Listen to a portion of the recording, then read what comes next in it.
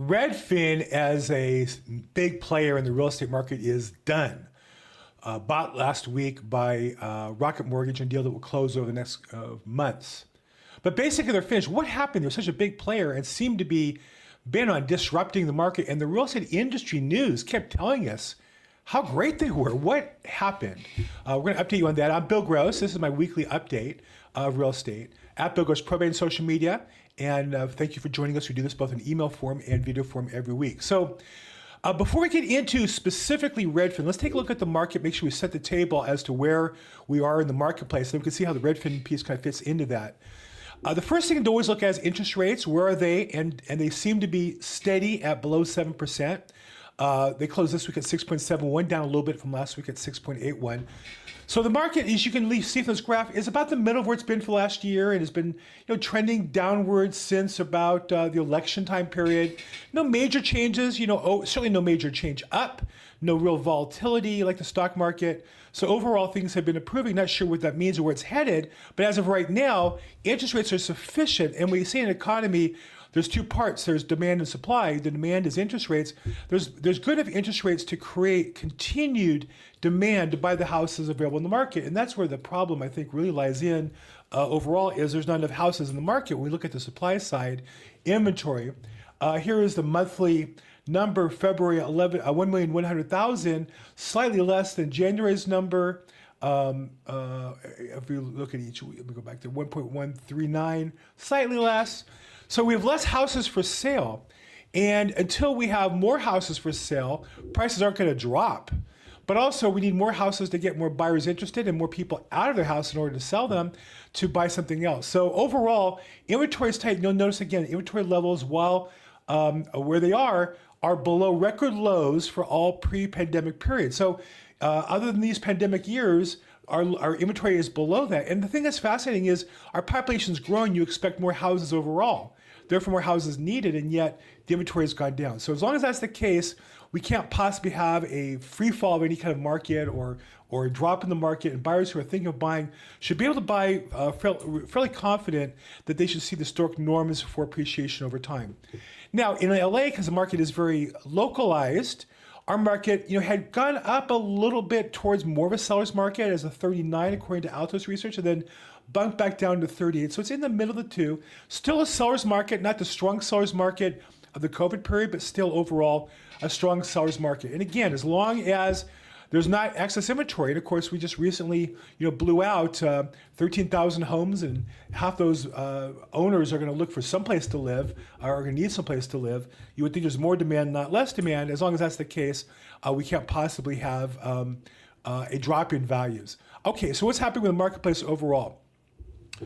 So Redfin is, as an experiment, over. And their goal when they launched was they were going to disrupt the market. And I think this is a common thing amongst investors and people who are not in the business regularly, is as though the real estate commissions are a big fat target, they're overpriced, and all we need is some internet savvy and tech in order to disrupt that market and drive the commissions down. And you'll see that that's not really working. Redfin came into this market, and they launched in 2014, over 10 years ago. They had an IPO come out in 2000, I think in 17, where they raised $1.73 billion, and that's what's being sold for, because they have losses on the books they're carrying. And so if you bought a share of stock with Redfin when they went IPO'd at $21, today Rocket Mortgage is paying $12.50, you would have lost about half your money. If you had $100 you invested, it's worth about $58 today. So Redfin basically spent that money to compete with realtors who are also going through a depression, because the housing market overall has gone down, not because of real estate agents, because of the economy. And so we have a market where we have 30-40% less sales going on of any sort. You have this internet company, Redfin, spending, I think at the end of the day, $350 million of losses over that time period. So money they spent that wasn't theirs, was investors' money that they lost while the managers are getting paid. And at the end of the day, all they've done is, well, if they disrupt the market, you can't say they made it worse. I mean, I think that's a fair statement, that Redfin was nothing more than one more factor in a market where sellers have a hard time selling houses and buyers have a hard time finding houses. All they do is make it worse. You wonder why. Well, if you notice, for example, the press, here's Housing Wire. And one thing they always note is the Redfin CEO's playful demeanor and quotable banter. This guy was always seen to me as just an actor because he never had been in real estate before. He was a tech guy. It's really easy to tell an industry should be different when you work in it. When you work it every day, it's not. But he was the perfect cast member to take investors' money and waste it for 10 years and lose $350 million. He wasn't a great real estate person to build a real estate company, but he was a great investment company guy to raise money and blow it while you told people how good you were. And that's basically what Redfin did for that time period. Was he was always quoted. In fact, if you read the article, let me kind of step over here outside the paywall, and you'll say that this was a great quote I saw here from somebody in the real estate market. Maybe it's another article. Oh yeah, the fixed. I can't see the quote, but I wrote it down in my notes, which was that limited service, low-fee brokerages are in every market in the country and always have been, and collectively, they've never been a few percentage points of the market. And what that means is we've always had these low-cost, in every industry, you have the low-cost provider. And the problem is that low cost is great. I mean, lowering costs is always great, but it's cost for the value gotten. Most realtors I know work harder than they should for the money they get. They go out and see customers they shouldn't. They have customers that call them that waste their time and they answer those questions. The thought that somehow the commissions are overpriced when the average realtor makes about $50,000, those who are full-time and working at it, and that's gross income, that's before expenses, that's before taxes. I think that's a fallacy. I think that these companies that invested money with the idea that realtors are overpriced because they couldn't be worth that commission just because they didn't understand the work that we involved into being those agents and developing the business. Now, one reason why, you might wonder, well, how did this go on so long? How could Redfin in 10 years, really never make any real money? They did make some money in a few years, but really I think they borrowed money and kind of hid the losses for a couple of years if you look at the accounting, but net lost $350 million. How could that possibly be? And the answer is the money they spent. This is a company that basically spent, $50, $60 million on advertising. And then as a result, whenever anybody covered their CEO with their newest, latest programs, it was, oh, this sounds great. What a great idea. Oh, you're going to launch this. Oh, you're going to launch that. Nobody ever said to him, I watched him interviewed on CNBC probably 100 times. Nobody ever asked the CEO, hey, when are you going to turn a profit? Like, what's this? You've had 10 in a row, new great ideas. When's one of them going to return profits to your investors? Nobody ever asked that question. Why? Because when you're one of the largest spenders, in this case, of the fourth largest spender in real estate, what we've learned, I think, in retrospect, it's true in politics, it's true in news, it's true in pharmaceuticals, that when you spend enough money, the news companies just end up lining up for your adoration and for their money. They're not really going to hold you accountable. So here's a case where Redfin, I think, lasted this long specifically because they were a big spender of money. And then now they end up going to Rocket Mortgage. So together, they're going to spend a fortune.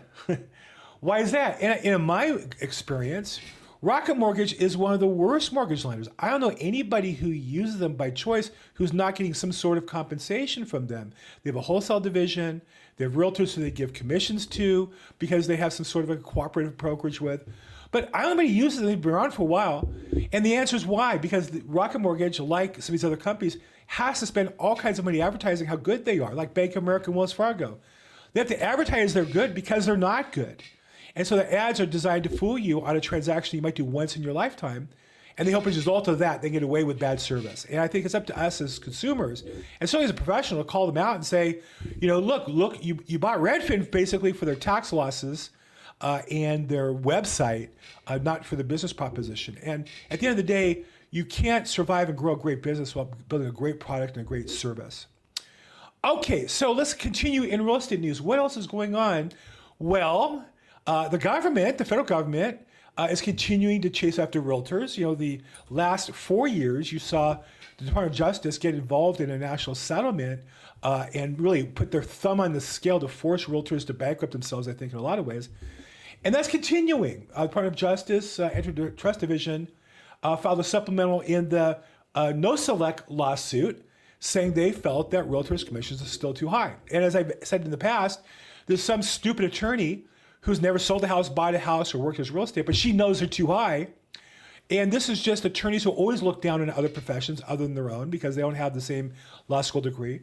I'm guessing these are carryover attorneys from the Biden administration. I would hope the Trump administration would take a look at this lawsuit and say this is between two parties, and the Department of Justice, the federal government, doesn't need to get in the middle of it. I don't know why the government has an interest when two parties are negotiating a settlement in a lawsuit, why they're going to get involved again. And we saw with the Biden administration what a terrible idea that was. Okay, speaking of federal government, they got plenty they can work on. Here's an example, I think. We found out last week that the headquarters building of HUD is so bad. Here's a news anchor walking through it, that they have leaks in the building that gone on for decades. Decades. Leaks. Repair estimates, $35 million to repair leaks have gone on for decades. They can't even build their own building, but they're going to have regulations and laws to control every house in America. That's the Housing and Urban Development Building. That's their headquarters. That's how incompetent these people are and how they have been, and why trying to run your government from Washington, D.C. has never been the effective answer. Here's another example. The Federal Housing Finance Agency, you probably heard in the news that they're asking federal government employees to come to work every day. He found that out of 2,900 people supposed to work for that administration, less than 49 showing up full time. That's incredible. That's like 2%, not even 2%, barely under, of the workforce even shows up to work. And so here we're thinking, well, these people are going to write the laws that are going to defend Americans and defend our legal system. We need them to keep Fannie Mae and Freddie Mac running. And really, the vast majority of them showing up to work. It's just a joke how these people treat our money and how they're expected, or they want to be the people who tell us how to do business. And so as a result, good news of this last week was the top executives at Freddie Mac and the Federal Housing both got fired. These people make over $600,000 a year, in years past made millions of dollars. They're going to end up working for some big law firm or Washington company, get paid another $1 million a year. So don't quarrel with them losing their job. But at least we know at the beginning, hopefully, of the federal government holding at least the top executives accountable for their failures. So again, Freddie Mac and the FHFA, which are responsible for housing policy in America, both I think have really let us down, and finally have the top executives at least have been held accountable. Let's talk about Los Angeles. I'm in LA. Most of those of you are here in Southern California. Saw a fascinating video by an expert attorney on tenant law, Dennis Block, and it's definitely worth going to. Landlords, this is Attorney Dennis Block's website, YouTube channel. And he gave this explanation of the law now on interest payments on security deposits, and how the interest rate varies on the time period and when you had it, and what the rate is and how to calculate it. It's almost incalculable. You can't put it in an Excel spreadsheet. You have to refer to this form. And his assessment, and I believe it, is the city of LA is trying to make the administration of tenants so impossible that tenants always win a lawsuit when faced with eviction. And just as another example, that now we're paying interest on their security deposit, and the rules are so difficult to understand, they're almost impossible. And I listened to Dennis Block give the explanation as to what was required. It took him a while, and frankly, I didn't really follow it. I really can't even tell you, other than you have to get that form and read through it, and it'll tell you what the rules are, hopefully, or hire a firm that knows what they're doing to do it for you. So it shouldn't be anybody's surprise here in Los Angeles recently that our mayor, Karen Bass, who's not traveling right now for a change, is telling us that we're going to be facing $1 billion deficit. Now that doesn't sound like that much compared to the state, I think $6 billion or $20 billion, and the federal government's annual $2 trillion deficits. But in LA, it's a big number because they're not supposed to just print money like the federal government does. And so they're saying layoffs are inevitable. And I think the real danger here is not just that our city government's incompetent, not just that Mayor Bass is incompetent, not just that they're dishonest. It's that this is going to be used as the excuse for every government employee to not do their job. They're always going to say, well, we don't have enough employees. I didn't get a big enough raise. I didn't get a bonus. We don't have enough equipment. We don't have enough supplies. And that might even be true. There might be some truth to the fact, but the more truth is we waste so much money in the city of LA that $1 billion is nothing to these people. We learned last week, I think, that LASA was wasting I think, $2 million that was going to some contract that shouldn't have. But anyhow, at the end of the day, money's being wasted here. Nobody really believes they're watching our money closely. But this is going to be used as an excuse as to why things can't get done in time manner. They're going to tell us they need to raise taxes to cover all the permits to rebuild houses. You watch, it's inevitable. Every problem solution is always raise more taxes. It's never to lay off government employees, never to fire government employees who are incompetent. And there's another example. And just watch this train coming down the street now that we're going to have $1 billion deficit in the city of Los Angeles. It's not going to be pretty. This was a great report. Now, this is good news in a way. LASA, the LA Housing Services Authority, the organization responsible for housing homeless people in Los Angeles, announces we have a decline in the unsheltered homeless people for the second year in a row. Now, I don't know. I'll admit I haven't gone all over California, but I drove around today. I was in Atwood Village and Los Feliz area of Los Angeles, like the east part, eastern northern part. I was in Glendale, and then back in LA, and then through Hollywood. Seems to me there's more camps or tents than ever. I mean, my eyes tell me there's more, but the city of LA is saying that the number of homeless has gone down 5 to 10%. They can't give you an exact number.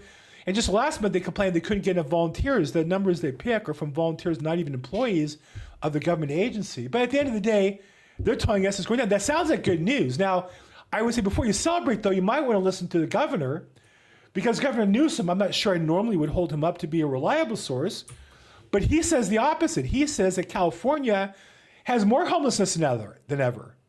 And they can't give you numbers year to year, but over the last 5 years, it's gone up about 50%, even though he spent $37 billion and promised us a Manhattan Project type 20 years ago was going to wipe it out in 10 years. We're in the 20th year anniversary of that promise.